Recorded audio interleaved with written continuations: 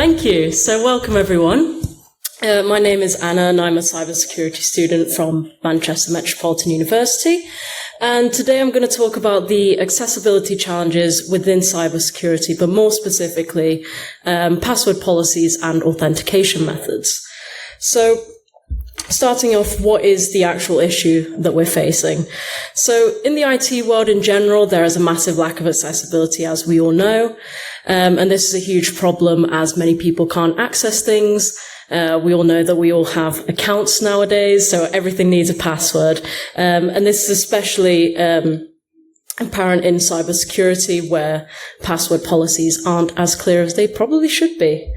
So why is the lack of accessibility actually an issue?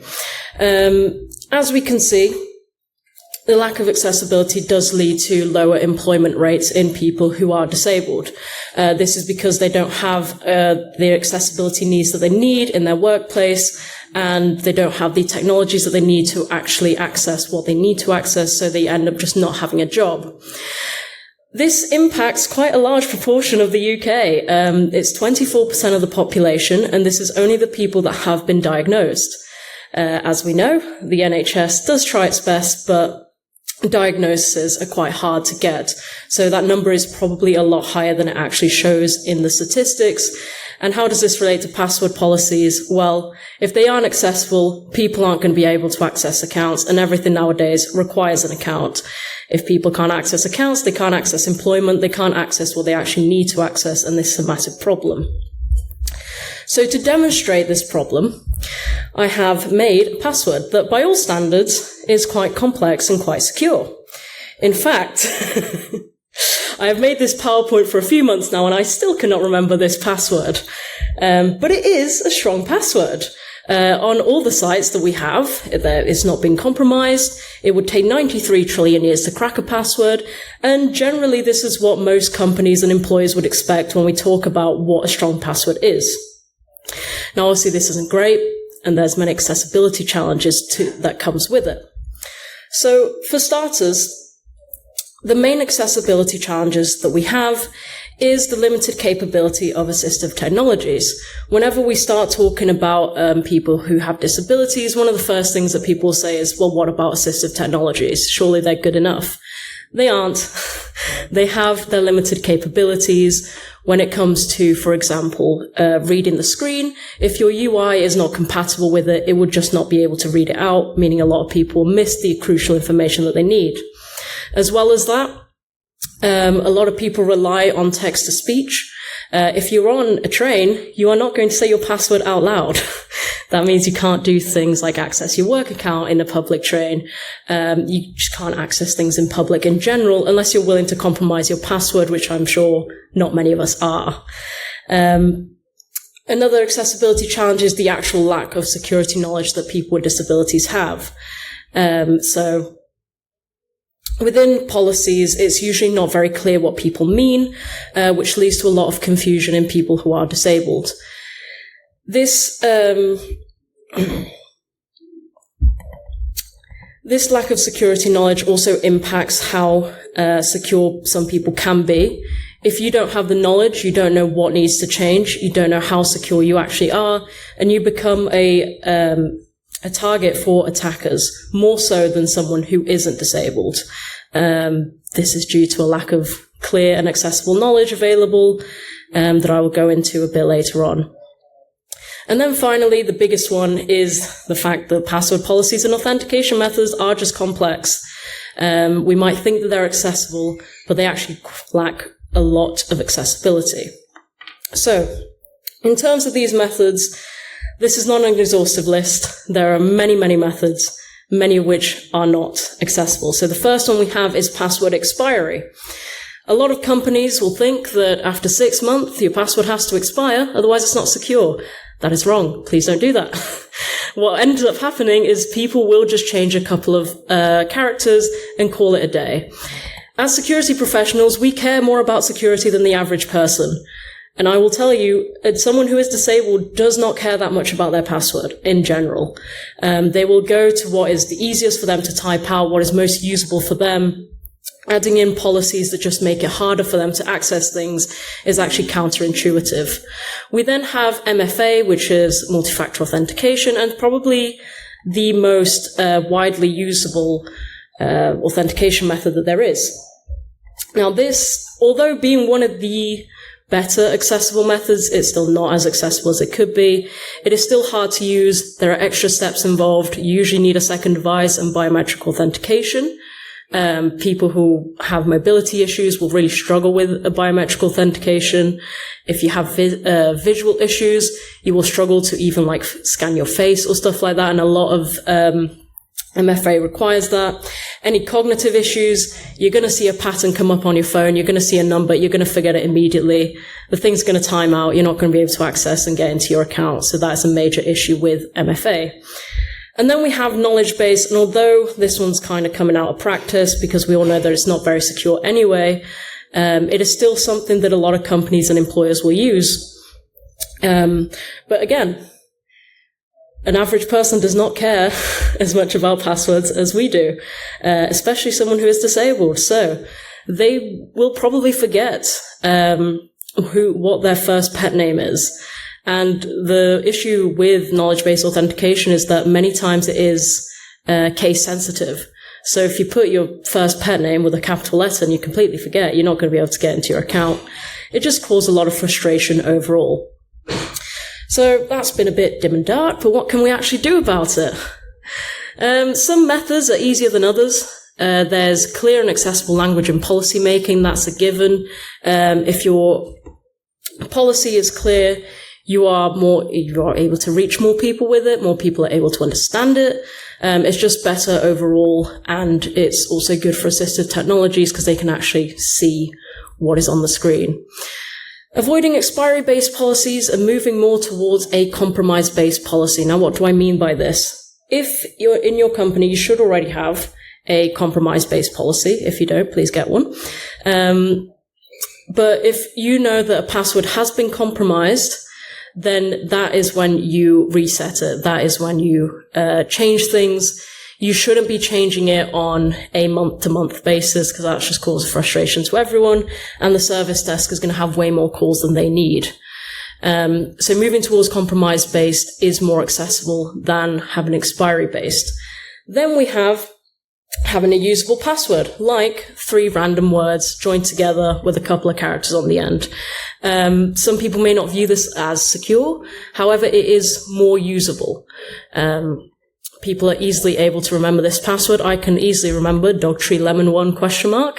I cannot remember whatever the hell I put in the other PowerPoint or in the other slide. It is just a lot harder to remember something that is complex and is more secure, but you're going to have to change it anyways. So it's better to have something that's long lasting and that you can remember easier. Then we have moving towards authentication with voice recognition. Now, in a study that was conducted, which the name of it is, as usual, I needed the assistance of a seeing person. If anyone wants to check it out, it's a good study. I recommend it. But a lot of people that had disabilities would rather it move to a more voice recognition authentication. That was a lot easier for them. Obviously, it comes with its challenges. And it's not possible for everything to be voice authenticated, but it is something to keep in mind.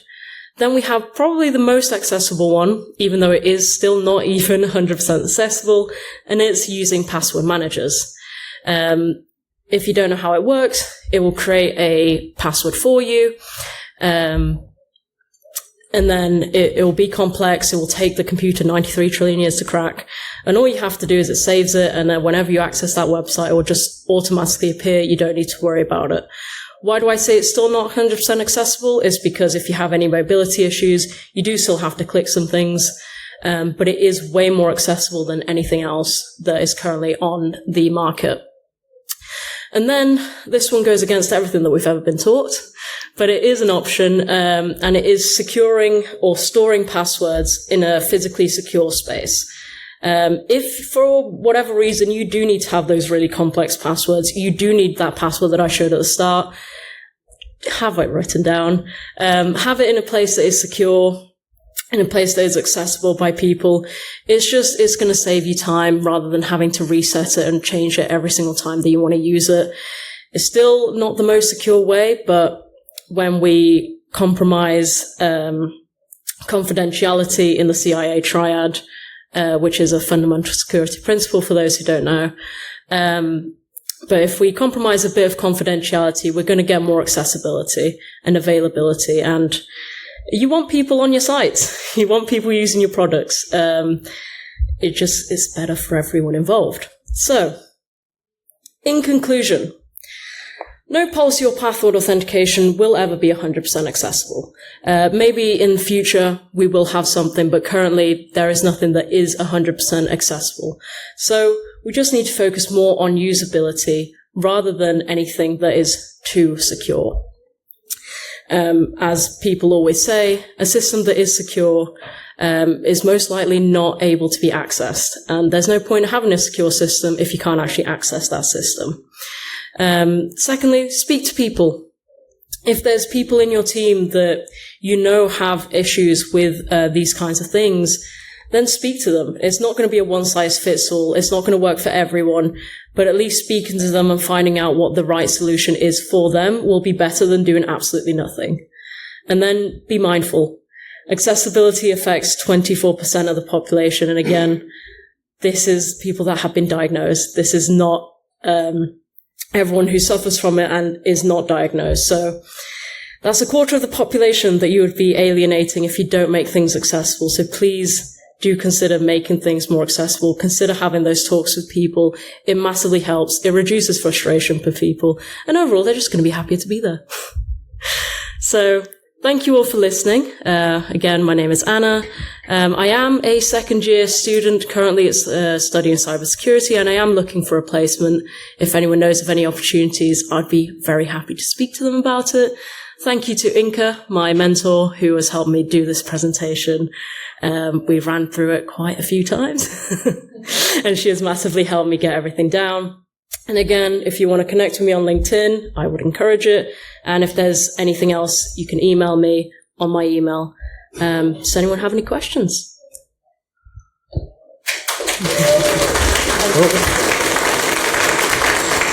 I think we've got a question at the front there. I saw a hand go up. Hello. Have you looked into combined authentication methods, say a physical key with a password manager, to improve accessibility for people with mobility issues? Mm-hmm. So instead of having to type out their long, complex, hopefully master password for an authenticator, they just tap on a security key. Yeah, so I have looked into this when I was making this PowerPoint. The only issues with those is that they're not as widely available as everything else. If that was more widely available, then yes, 100%. It should be used and it should become more widely available. The methods that I just said were just the ones that are more like accessible for employers to implement, especially larger companies. If you can imagine, if something like Microsoft will have like millions of employees, if they have like a physical thing for each employee that is disabled, it's going to be a lot more work on them.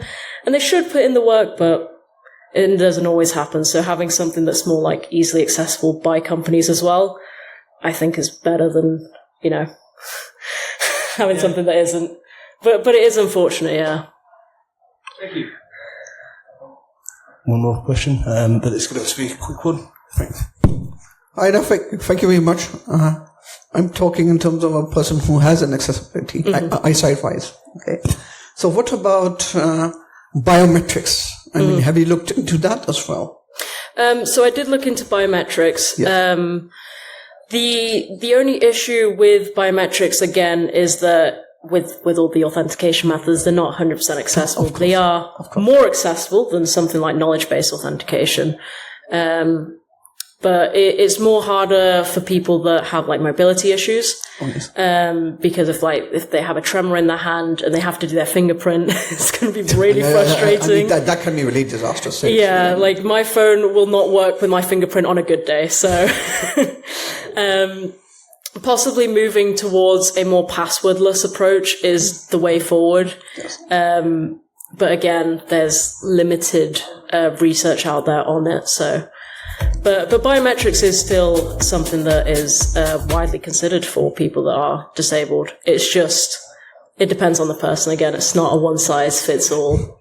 No, of course. Maybe a follow-up question would be, in terms of, like, for example, companies, let's say, not catering for people with disabilities, specifically in terms of password accessibility, such. Do you think that it's either not to be too harsh about it, either it's the incompetence of not doing it or not really considering it, or is it because of the case that they don't maybe understand what a person with accessibility has or encounters while they're trying to access their accounts?